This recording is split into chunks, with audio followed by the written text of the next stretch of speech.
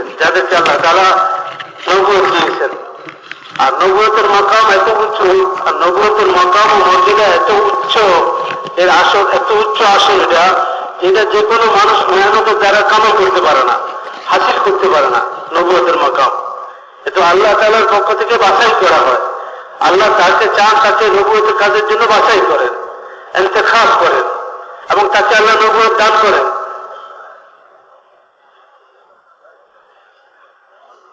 তো ঈসা আলাইহিস সালাম আল্লাহ তাআলার নবী ছিলেন, তাকে আল্লাহ তাআলা আসমানে উঠাই নিয়ে গেছেন। তিনি এখনো জিন্দা আসমানে আছেন। আবার তিনি এই শেষ জামানায় আসবেন, দাজ্জালকে তিনি হত্যা করবেন, দাজ্জালের ফিতনাকে তিনি মিটাবেন, আল্লাহ তাআলা তাকে দুনিয়াতে পাঠাবেন, তিনি আবার আসবেন। নবী হওয়া সত্ত্বেও তিনি শরীয়তের সাহেবে শরীয়ত ছিলেন, শরীয়তওয়ালা ছিলেন। তিনি এক শরীয়তের উপরে শরীয়ত আল্লাহ তাআলার কাছ থেকে জীবন যাপনের এক বিধান আর শরীয়ত নিয়ে আসছিলেন, আর কিতাব নিয়ে আসছিলেন। সাহাবী কিতাব ছিলেন, তার উপর কিতাব অবতীর্ণ হয়েছে, ইনজিল কিতাব অবতীর্ণ হয়েছে, এবং তিনি শরীয়ত নিয়ে আসছিলেন। এত সত্ত্বেও ওই নবী যিনি কিতাবওয়ালা ও শরীয়তওয়ালা, তিনি আসবেন আখিরি জামানাতে, কিন্তু তিনি নিজের শরীয়তের উপর চলবেন না, নিজের কিতাবের উপর আমল করবেন না। তিনি তো মুহাম্মদ সাল্লাল্লাহু আলাইহি ওয়াসাল্লামের শরীয়তের উপর চলবেন, তিনি মুহাম্মদ সাল্লাল্লাহু আলাইহি ওয়াসাল্লামের কিতাবের উপর আমল করবেন। একজন নবী, আর বড় বড় নবীদের মধ্যে থেকে 4টা কিতাব বড়, আর 4 জন নবী নবীদের মধ্যে বড়, আর 4টা কিতাব সমস্ত কিতাবের মধ্যে বড়, আর তার মধ্যে ঈসা আলাইহিস সালাম একজন। এখন চিন্তা করেন যে হুজুর সাল্লাল্লাহু আলাইহি ওয়াসাল্লামের উম্মত হওয়া কত বড় সৌভাগ্যের বিষয় এটা, যে আল্লাহ তাআলা আমাদেরকে হুজুর সাল্লাল্লাহু আলাইহি ওয়াসাল্লামের উম্মতের মধ্যে পয়দা করি, ওই মাকাম আমাদেরকে দান করেছেন, যা কোনো উম্মত সেই মাকাম ও মর্যাদা লাভ করতে পারে নাই। এই উম্মতের মর্যাদা, এই উম্মতের মাকাম কিয়ামতের ময়দানে প্রকাশ করবেন আল্লাহ তাআলা।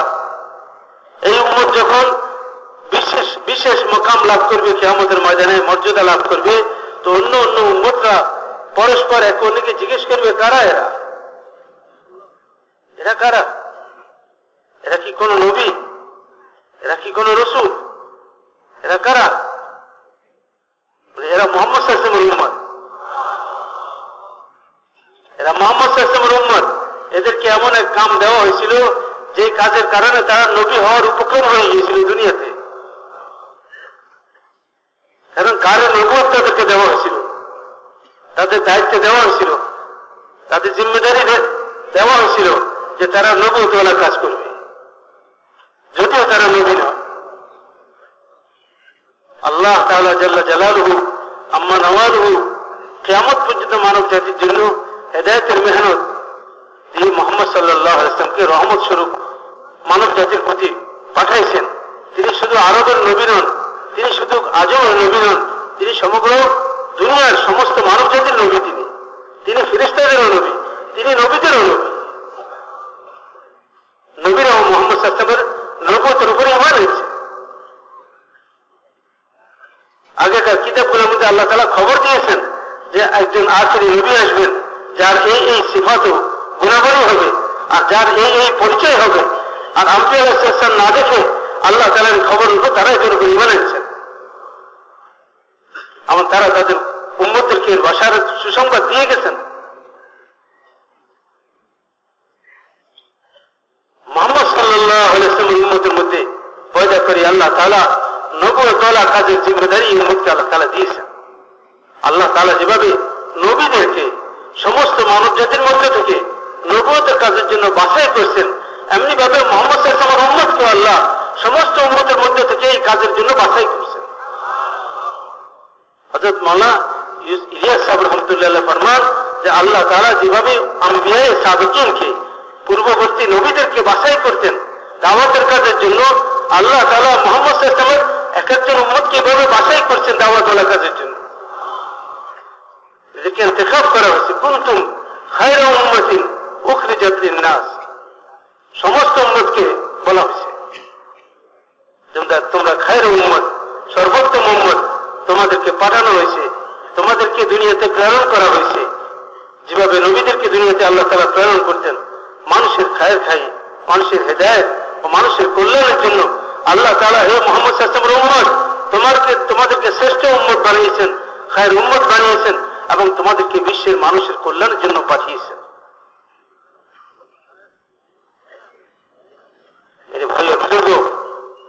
এই কাজের যে মূল্যায়ন করা আর এই কাজের কদর করা বহুত জরুরি। যদি অবমূল্যায়ন হয়, এই কাজের যদি মূল্যায়ন করা না হয়, ভয় আছে যে কাম থেকে আমরা মাহরুম না হয়ে যাই। যে এই কাজের কদর করবে আর এই কাজের মূল্যায়ন করবে, আল্লাহ তাআলা তাকে এই কাজের মধ্যে আগে বাড়াবেন, সে আগে বাড়তে থাকবে। সাহাবায়ে কেরাম এই দাওয়াতের কাজের মূল্যায়ন করছিলেন।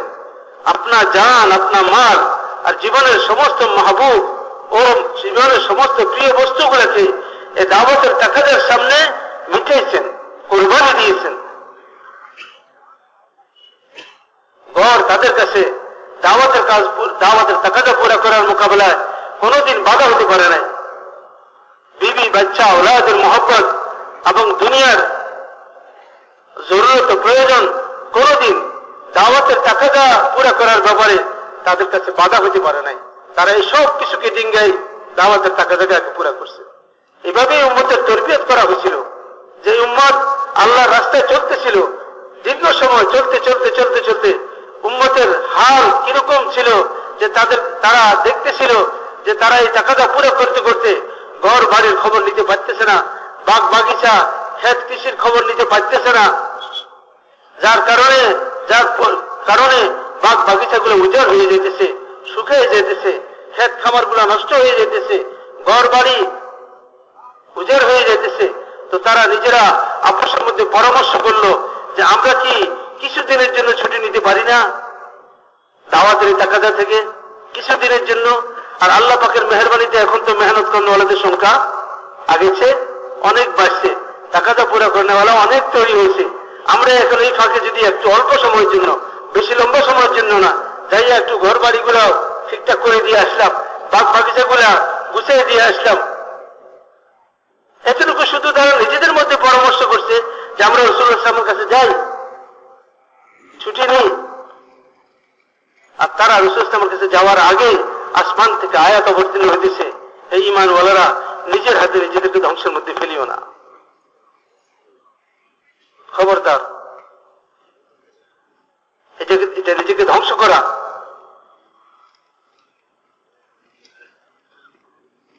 এটা নিজেকে ধ্বংস করা হবে। দিনের তাকাদাকে পিছনে রেখা, দুনিয়ার তাকাদাকে আগে রাখা,